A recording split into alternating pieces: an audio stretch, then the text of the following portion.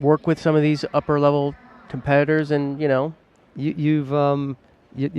in the top 20 in the world, and you just got turned over by the number 3, maybe even the number 4 Japanese. There's plenty more of them to come. Right, let's move on to the next contest on mat 2. This is Emma Barkeling of Sweden, and she faces Yamamoto Anzu of Japan. This is in the under 57 kilo category. And Barkeling in her previous match just sort of pulled it out in the last 20-30 seconds.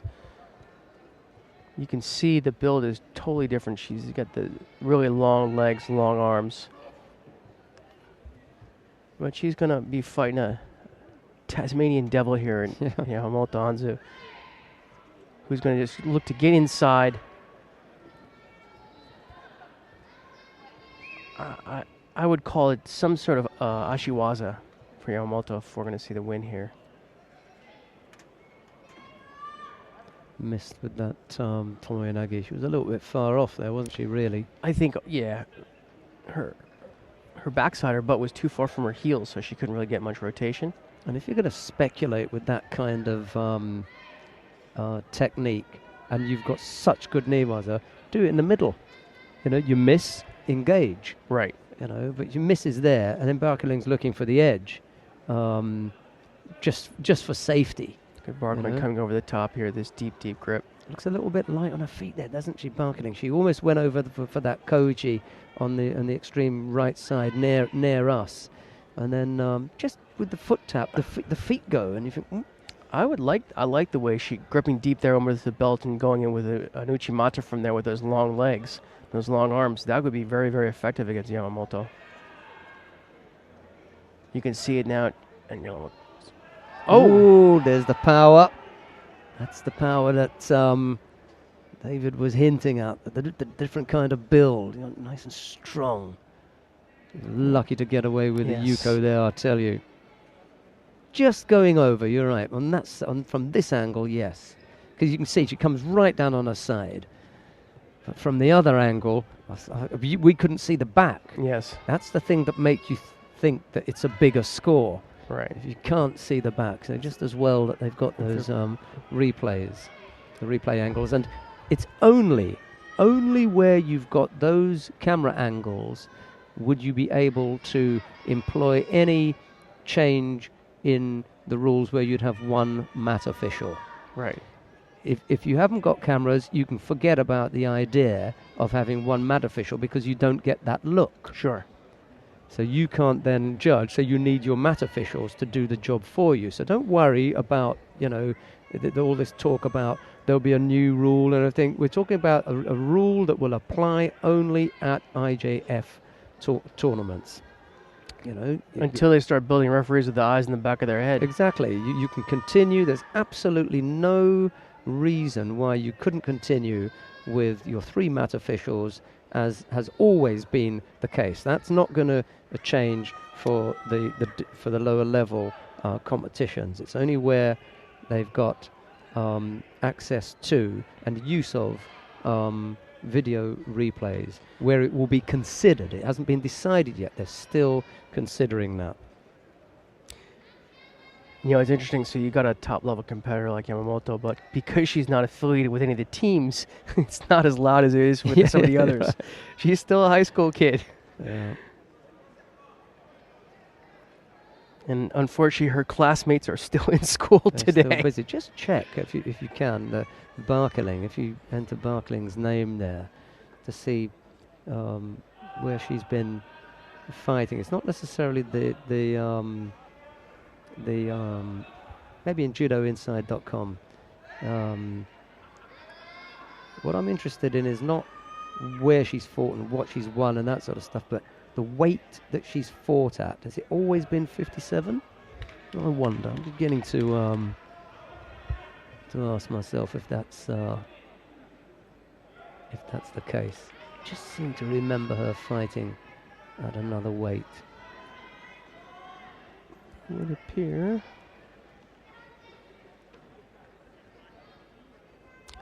Let's see here, under 57, under 57, under 57.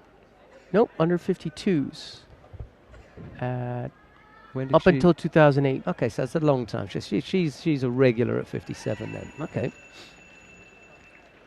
There's something that made me think otherwise. 57 kilos, and then let's have a look at the background then. What's she been up to? Some fair success in Europe.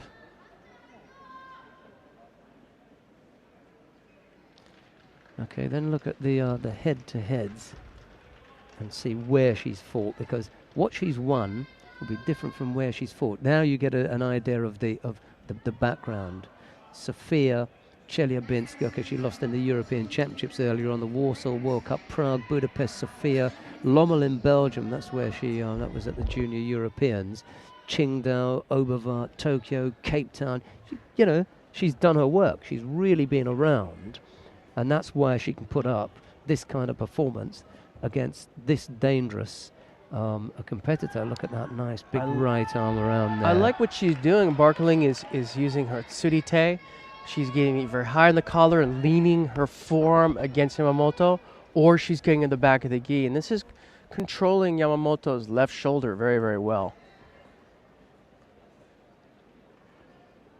Yamamoto now the one that's got to work things out with only 18 seconds left to go. Goes left-sided, tries to work something off the sleeves, but there's a bit of power missing there. I'm not saying that this is Barkeling is overpowering her. Just Yamamoto doesn't seem to be as physically strong to complete the technique. She got in there, was in a nice position, but just didn't have that little bit of power to throw her opponent. So Yuko apiece, no warnings to either fighter. We'll start the period of golden score. Yeah, I think Yamamoto's got to basically work on what she can do with that leverage position where her shoulder is locked up once Barkeling gets either inside the collar and puts the forearm against her breast, or whether she comes over the top. And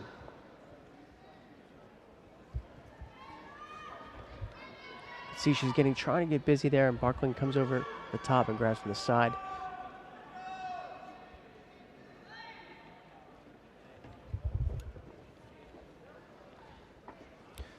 This would be quite a feather in a cap if Barkeling can beat Yamamoto today.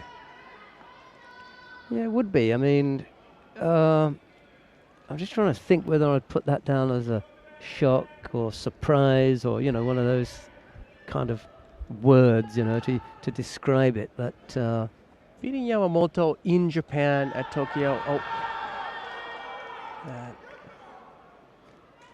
Well, I would have been tempted to give a Yuko there. Someone from the crowd agreed. Yeah. See, on both occasions, it's where Barkeling has been able to get close and use what I think is, some extra strength, that kind of big, almost picking her up there, yeah? Right. And I haven't seen one opportunity for Yamamoto in Newaza, because they've tended to fight in that far right-hand corner, near close to the edge of the mat. Right now, I would call Barkeling ahead if we were going to go to the flags. Oh, yeah. Scary. And I don't think the Swede has looked in danger. She's never really looked in danger of being thrown. No. Because Yamamoto... That was almost a good attempt there. Just hasn't got the power in there.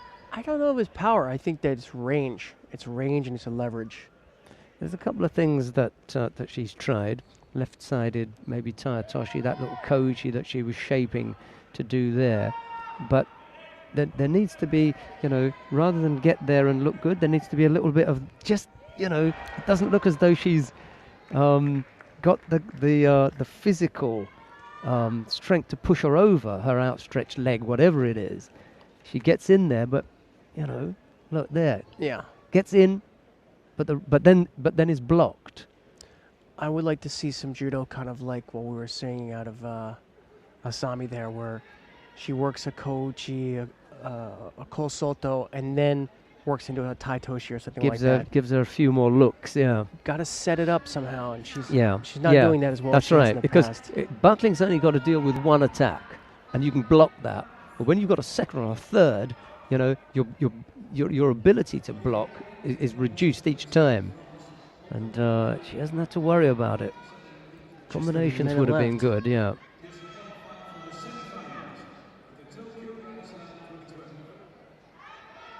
Yeah, you take Anzu Yamamoto's equation, and then that was Chimata, almost. That was better. That's a good one. That was better. And for the first time, you saw Yamamoto asking for something. You know, she really gave it the ki at the end there. Good effort. But we've seen a big one from Barkeling as well when she almost got her onto the Yamamoto onto her side there. Very, very even.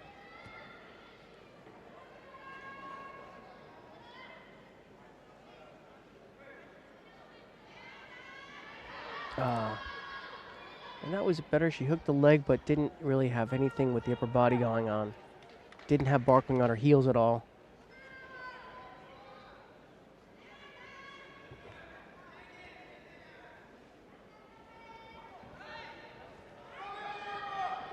And just 30 seconds left now. Missed with the Tomoyanagi, yeah. It's all good though. Every time you throw something in and look busy and active. Now she's got 15 seconds. She's got to invest it all into working into an Osai Komi here. And I don't think she's going to do it. This will be heartbreak for Barkeling if she doesn't win this. She's done everything that she could. She's done it. I think she's done it.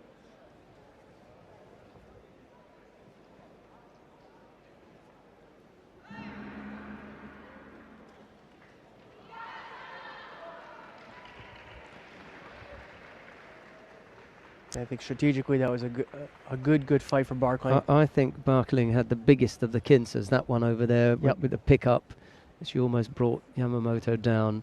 She's put in sufficiently enough attacks to take it. I think it will be 3 white. No. Only 1. And I'm really surprised. Yamamoto Anzu. Sneak.